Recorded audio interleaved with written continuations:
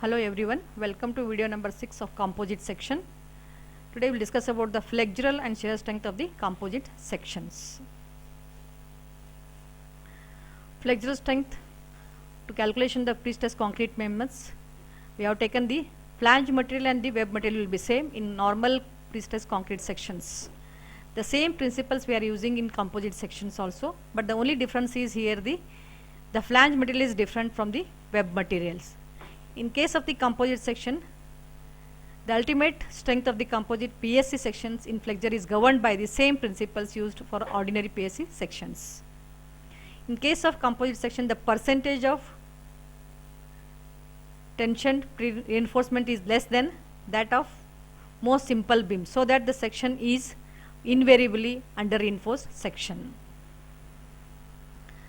However, in compressive, zone contains part of the precast elements. As we know that the flexural strength of the normal pre-stressed concrete members, the web material and flange material will be same, therefore same FCK is used to calculate the moment of resistance. But in case of the composite section, the material in the web will be different from the flange. The flange is cast in situ slab and the web will be precast elements.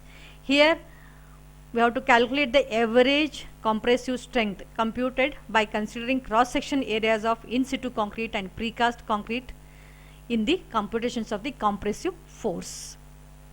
Just we will discuss about that. That is, the flange is of a cast in situ material. Average compressive strength FCK is equal to 0.75 FCKS. That is, S means the cube strength of the slab portion plus 0.25 FCKP. P means it is the precast units, the cube strength of the precast units 25%. And we have to calculate this FCKS and FCKP, and then that will be FCK we have to use in the formula. Shear strength. Similarly, as we have calculated the flexural strength using the same principles of the normal pre-stressed concrete elements, here the shear strength also will be the same principles as used as IS 1343. There is no different for the composite sections. The same principles are used to calculate the shear strength. Only the material will be different. The support section composite members where web shear cracks likely to develop should be checked under service loads under safety against cracking and shear. And there are two cases. One is uncracked section and the cracked sections. When we have the uncracked means no cracks in the flexural area, that is the mid of the beam. If you have got any cracks in it, it is called as a cracked sections. A flexural cracks appears in the mid section of the beam. The ultimate shear strength of the composite sections with web shear or flexure shear cracks in the computed using IS code 1343. We will take one problem, how to calculate the flexural strength as well as the shear strength of the composite sections. A composite T section girder construction of pre-tension rectangular beam 120 mm wide and 240 mm deep with an in situ cast slab 360 mm wide and the 160 mm deep. Laid over the beam, the pre-tension beam contains 8 wires of 5 mm diameter located at 30 mm from the soffit. The tensile strength of the high tensile steel is 1600 Newton per millimeter square and the cube strength of the concrete in the top slab is 20 Newton per millimeter square. The composite section of the span or length of 10 meters. First you have to calculate the A bit, estimate the flexural strength of the composite sections.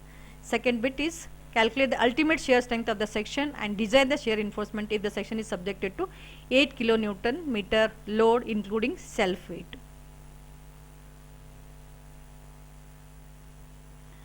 First we will calculate the flexural strength of the members.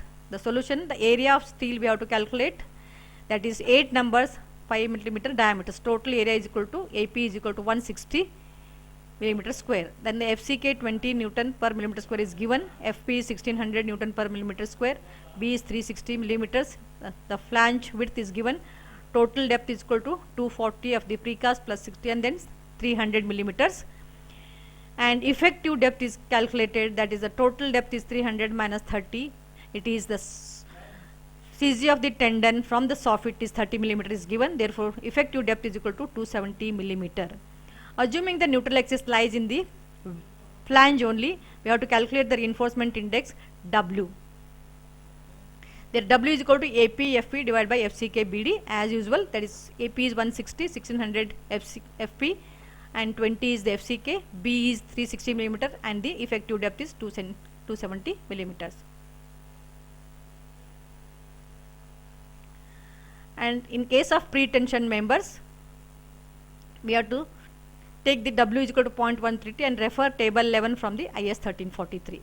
That is FPU by divided by 0.87 FP is equal to 1. FPU is equal to 0.87 Newton per millimeter square. Similarly, XU by D is equal to 0.2824. XU is equal to 76.25 millimeter. But neutral axis lies outside the flange. That is 76.25 is more than the 60 millimeter slab thickness. And then we have to use another formula where we have to take the area of web portion, area of flange portions, and MU is equal to AP FPU into bracket D minus 0.42 XU plus 0.45 FCK B minus BW DF and D minus 0.DF. DF is the flange thickness.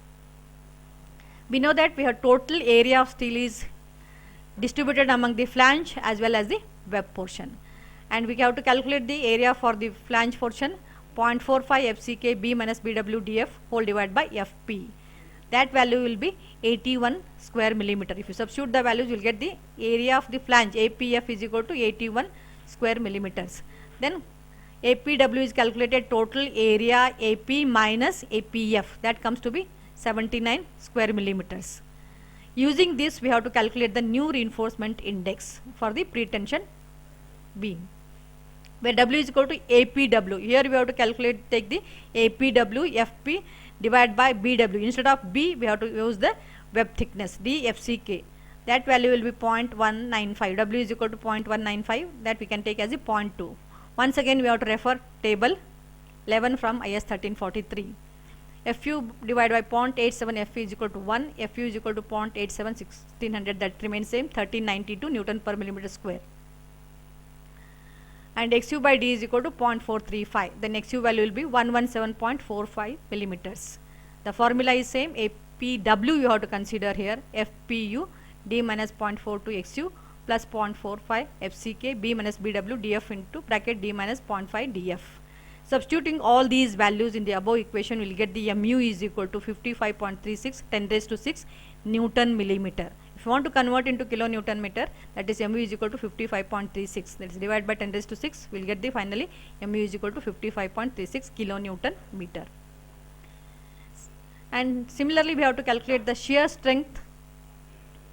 P is equal to APFE, that is pre-stressing force is equal to area of steel multiplied by the tensile strength of the steel, that is 256 kilonewton.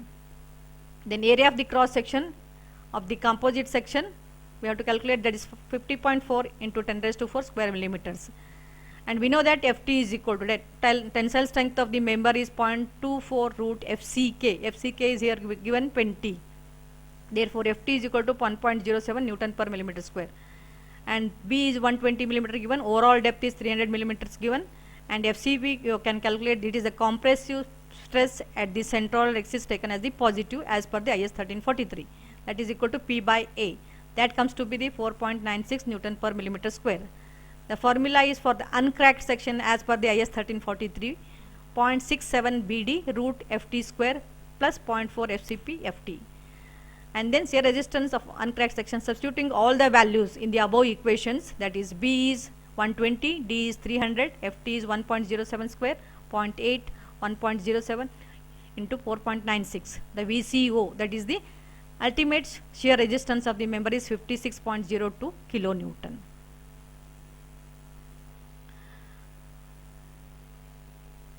And as per W is given 8 kilonewton per meter, span is given 10 meters, and we have to calculate what will be the shear force of the members at the support section is equal to WL by 2, that is equal to 40 kilonewton.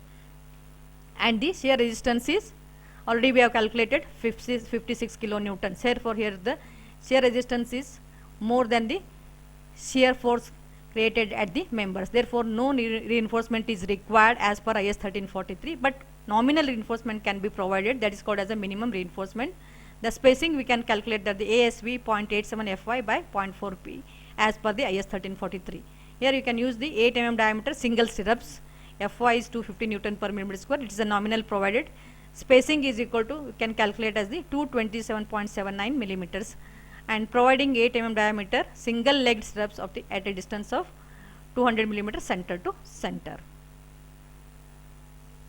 Similarly, there is a one practice problem, similar way what we have calculated. Similarly, you can calculate here. It is 20 Newton per millimeter square and 40 is given respectively in case of the cast in situ slab and the precast units. You have to calculate the average compressive stress, and remaining calculation will be same as already we have solved in this video only. Thank you. If you have got any doubts, please contact me. Thank you.